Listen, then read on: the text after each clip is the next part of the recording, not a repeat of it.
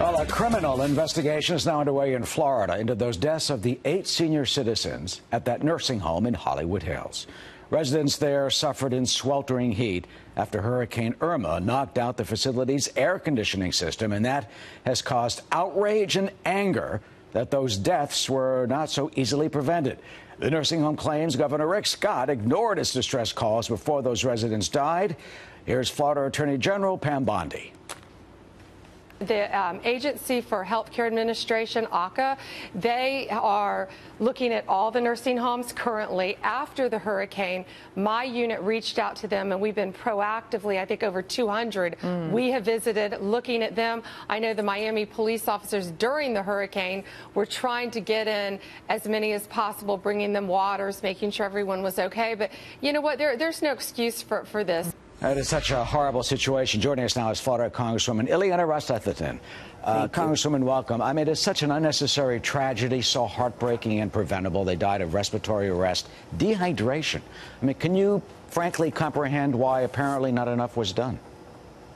It is incomprehensible, and it is as tragic as it is preventable. And the fact, Eric, that it was preventable just adds to this tragedy. These are senior citizens living in a facility that is designed to take care of them. That is the job. That is the one responsibility that they have. Now, there's a lot of finger pointing, Eric.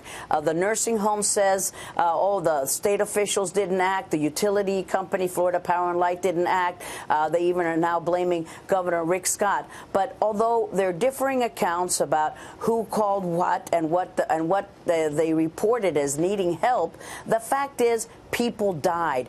And here's some interesting facts. There is a hospital, Eric, right across the street from this nursing home. What did the nursing home do? They went to the hospital to get spot coolers.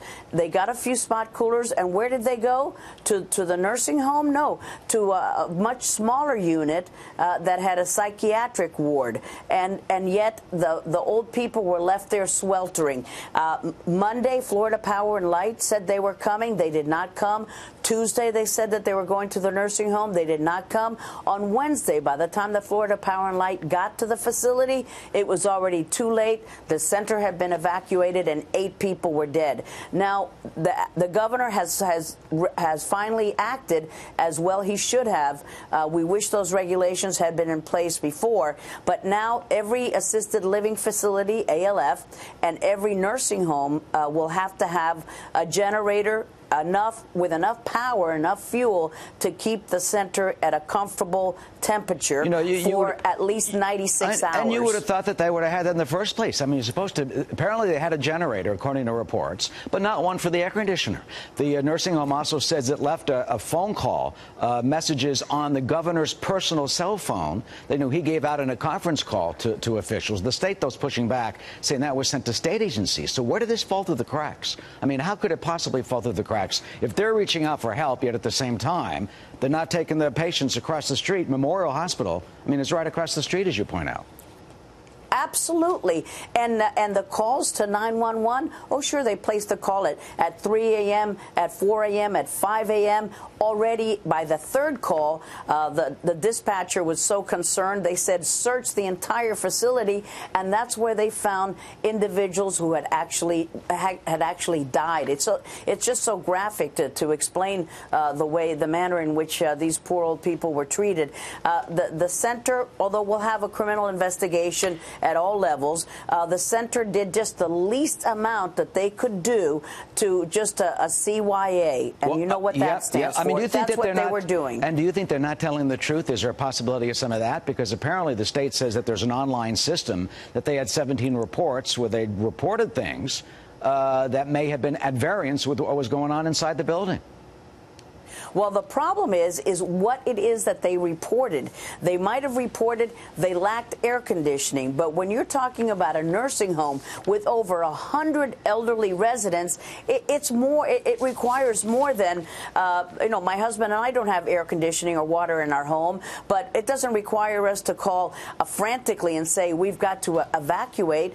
A nursing home and those administrators had a higher calling, had a higher sense of responsibility. And do you think they did not heed. Do you think they failed that?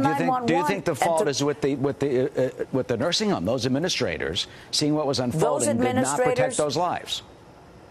I mean, just common sense would tell you that that nursing home was not protecting their patients. Perhaps they were worried about, gee, if we transfer all of these individuals to the hospital, we will have to pay for their care. Yes, and you will also be having to save their lives. Isn't that worth it? Now they're going to be in a world of legal trouble. There could be charges filed as well. They should be. This is an ongoing investigation, but from what it looks like, it was a disaster in the making. With these new regulations, we hope that this situation will must never happen again. Here's what let me read you what the emergency action is in the Florida government in terms of the rules. They're going to inspect generators within 15 days of installation. You'd think that if they had the generators, they would work. Local emergency management officials must approve residential facilities' emergency plans. Well, you would have thought that would already happen. Local emergency management agencies must post plans on website. You'd think that they would already do that. Facilities must submit proof of compliance within 48 hours. The thing that gets me is when you have a loved one, in a home, I mean, you trust these people.